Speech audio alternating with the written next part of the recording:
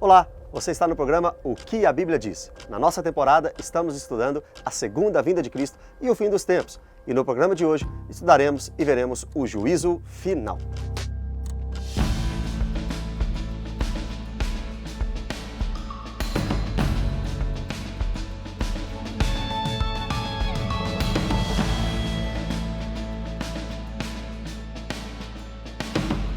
Nessa temporada, você já percebeu e está estudando com a gente o fim dos tempos, segunda vinda de Cristo e tudo que sucede à segunda vinda de Cristo e também aquilo que antecede. Nesse programa eu queria falar com vocês sobre o juízo final. Eu queria que você abrisse a Bíblia comigo em Mateus capítulo 25, versículo 31 até o versículo 33. O texto diz assim: Quando vier o Filho do Homem na sua majestade e todos os seus anjos com ele, então se assentará no trono de sua glória. E todas as nações serão reunidas em sua presença. E ele separará uns dos outros, como o pastor separa dos cabritos as ovelhas. E porá as ovelhas à sua direita, mas os cabritos à esquerda. Perceba comigo, meus irmãos, esse dia é inevitável. Eu já falei em programas anteriores, Atos 17, 31. Deus separou e reservou na sua agenda um dia para julgar os homens. O texto mostra para nós, de Mateus 25, que todas as nações, nesse grande dia, estará diante do Senhor Jesus. Não tem como fugir, não tem como escapar. Naquele grande dia serão abertos dois livros, o livro das obras e o livro da vida. Naquele grande dia, aqueles que estiverem com o nome escrito no livro da vida estarão garantidos na eternidade. Mas aqueles que forem julgados pelo livro das obras, com certeza será condenado. A pergunta que eu faço para você é: se o livro das obras for aberto diante de mim, diante de você, diante de nós, quem é que pode se salvar? Se o livro das obras nos julgar, quem é que pode nos salvar? A resposta é ninguém. O texto diz que quando Cristo vier em glória, quando ele se manifestar junto com os seus anjos, isso aqui sem dúvida nenhuma é a sua segunda vinda. Neste momento, o cabrito será separado da ovelha, o bode será separado da ovelha, o ímpio será separado do justo. Todos comparecerão diante do tribunal do nosso Deus. Todos estarão ali para falar, para conversar ou então para receber a sentença final de um Deus que é amor, que é misericórdia, que é graça, que é benigno, que é longânimo, mas também que é ira, também é justiça. E naquele dia, meus irmãos, só dois caminhos. Ou você viverá eternamente no novo céu e na nova terra, ou você será lançado no lago de fogo e enxofre. Ou o seu nome estará na lista daqueles que receberam a Jesus como Salvador, ou você será condenado. Que tamanha tristeza! Imagina os condenados. Imagina aqueles que não têm o nome no rol de membros do corpo de Cristo. Imagina a condenação eterna e a sentença final dessa condenação. Imagina o dia em que Deus falará para alguns: apartai-vos de mim, pois eu não vos conheço. Lembra de Mateus capítulo 7? Tem tudo a ver com o que a gente está falando. Ali, algumas pessoas vão dizer ao Senhor: em teu nome curamos, em teu nome expulsamos, em teu nome profetizamos, ou seja, fizemos a tua obra, Senhor. Nós estávamos no meio da igreja, nós estávamos trabalhando e fazendo o serviço, mas o Senhor Jesus diz: afasta de mim, porque eu não conheço. Naquele grande dia, meu irmão, não vai adiantar você tentar dar desculpas, não vai adiantar você tentar explicar a sua situação. Em hipótese alguma, isso valerá, porque estará diante de nós o Deus onisciente. Imagina você ser julgado por um juiz onisciente. Imagina você ser julgado por um juiz que sabe todas as coisas. A pergunta que eu faço para você neste programa é: você está preparado para o juízo final?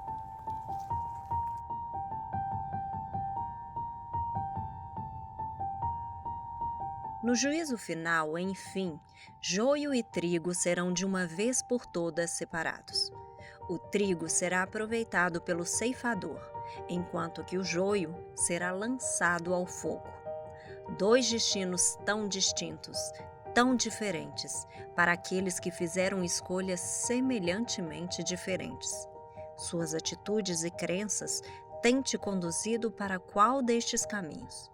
se você estiver preparado, o versículo 34 de Mateus 25 é para você.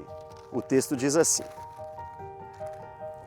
Então dirá o rei aos que estiverem à sua direita: Vinde, benditos de meu Pai, entrai na posse do reino que vos está preparado, desde a fundação do mundo.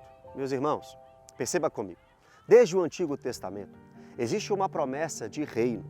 Desde o Antigo Testamento existe uma promessa que o povo de Deus reinará com ele, o Rei dos Reis e o Senhor dos Senhores. Só que perceba, essa totalidade do reino acontecerá depois da segunda vinda de Cristo. Nós sabemos que quando Jesus pisou nessa terra pela primeira vez, Mateus capítulo 4, versículo 17, ele disse: Arrependei-vos, pois é chegado o reino dos céus. Em Lucas capítulo 3, versículo 2, Mateus capítulo 3 também, a Bíblia mostra para nós João Batista pregando e falando a mesma coisa: arrependei-vos, pois é chegado o reino dos céus. Em Lucas 17, Jesus diz que o seu reino não vem com visível aparência, mas o reino está no meio de nós. Perceba comigo, uma promessa no Antigo Testamento de reino, uma concretização do reino na primeira vinda de Cristo e a totalidade do reino nos aguardando na sua segunda vinda. Se você é uma ovelha de Cristo, se o seu nome está no livro da vida, este versículo que acabamos de ler é para você. Você vai ouvir do Senhor Deus: entrai na posse do reino que vos está preparado. A totalidade do reino, um lugar sem maldição, um lugar sem culpa, um lugar sem condenação, um lugar muito melhor que o Éden. Eu ouço alguns dizerem que a eternidade seria como se fosse uma volta ao Éden, mas eu quero mostrar para vocês que não. No Éden tinha tentação, no Éden tinha pecado. No novo céu e na nova terra, este lugar que chamamos de reino de Deus, não haverá nem tentação, nem Satanás, nem pecado, nem possibilidade da queda. Nós iremos ouvir isso do nosso Senhor Jesus Cristo: entre para a posse do reino, que está preparado para você desde a fundação do mundo. Antes de você cair, antes de eu cair, antes de Adão cair em pecado, Deus já tinha provido a solução. O Cordeiro foi morto desde a fundação do mundo. O livro da vida foi escrito desde a fundação do mundo. Se estivermos à direita do nosso Senhor Jesus no juízo final, não seremos julgados, não seremos condenados. João capítulo 5 diz que aqueles que são de Deus, aqueles que são cristãos, aqueles que estão em Cristo Jesus, não entrarão em juízo, passarão da vida para a vida eterna, receberão a vida eterna, nunca morrerão. Meus irmãos, essa é a promessa. Não fique com medo do juízo final se você é um cristão. Não fique com medo do juízo final se você é um servo de Deus, porque naquele momento, naquele dia, você receberá o galardão. Mas e você que ainda não recebeu Jesus? E você que é ímpio? E você que não se arrependeu? O que esperar do juízo final?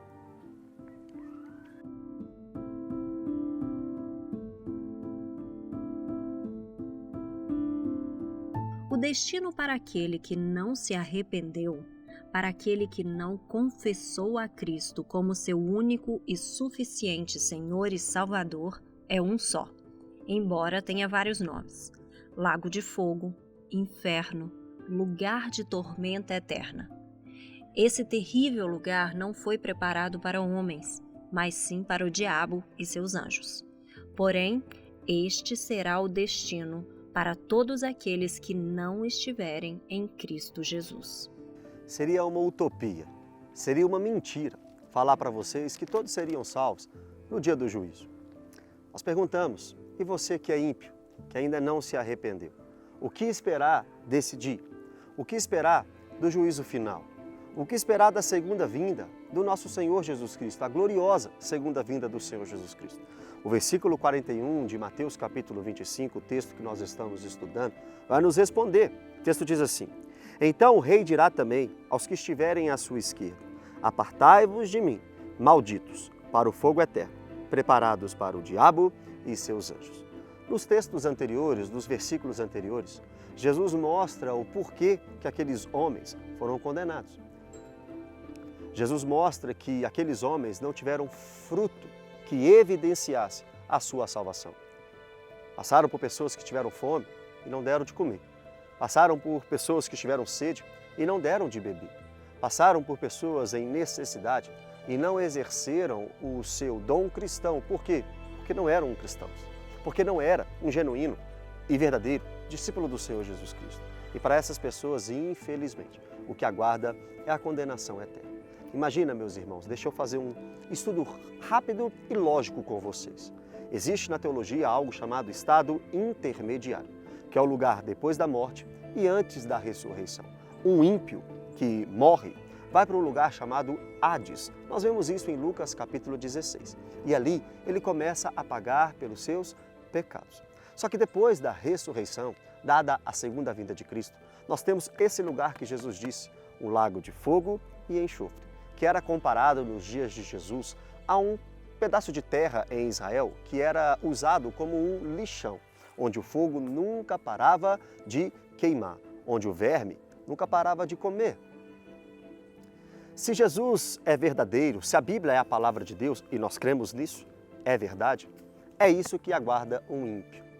O lago de fogo e enxofre, a condenação eterna, um lugar onde, ressuscitado, ele será lançado com o seu corpo para pagar pelos seus pecados. Quão triste é essa realidade, quão triste e quão real é esse assunto. Quero falar para você que está me assistindo, que está aqui no nosso programa, que ainda não se arrependeu de seus pecados. Você não precisa ir para este lugar. Você pode hoje, agora, receber Jesus como seu único e suficiente Salvador. Você pode entregar a vida para Ele. Você pode entregar os teus caminhos para Ele. Você pode entregar os seus dias para Ele e ser colocado à direita naquele grande dia. Você pode ser colocado à direita no dia do juízo final. E a mensagem que eu tenho para você é: arrependei-vos. Glória a Deus, meus irmãos. O dia do juízo é um dia de bênção e também um dia de condenação. Para os que estão em Cristo, bênção. Para os que não estão, condenação. Eu quero que todos que assistirem esse programa, que todos que passarem por este vídeo, recebam Jesus como único e suficiente Salvador, para se encontrar à direita de Deus naquele grande dia e ouvir: vinde benditos de meu Pai. Que Deus abençoe você, que Deus abençoe a sua família. Até o próximo programa, se Deus assim permitir.